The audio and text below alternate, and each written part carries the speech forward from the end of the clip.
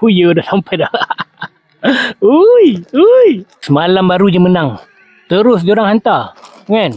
Hari ni kita buat video unboxing, okay? Hari ni tak ada dah kita koyak-koyak plastik Mami Monster tu. Kita nak koyak punya hadiah terus. Kan? Bismillahirrahmanirrahim. Full lemak. Ui, daripada jauh dah nampak Tu tengok sikit, dekat sikit. Alright. Okay, pelan-pelan. Relax-relax ya. Kan? Ni kena pelan-pelan kan? Full sikit lagi nampak. Jadi 1 2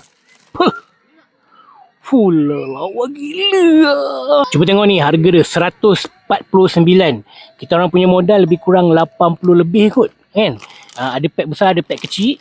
Okey lah, baloi lah. Lepas tu dapat free shipping sekali kan. Handbag dia Mami.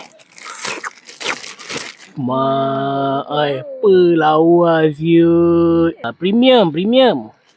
Okey. Ni bag dekat bahagian dalam dia. Tengok bahagian dalam dia. Ada tali.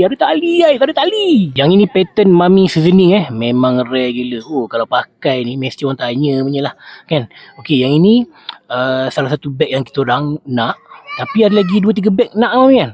So mungkin kita orang akan buka lagi pack Mami Monster kan. Mungkin start daripada esok lah kita akan buka lagi pack.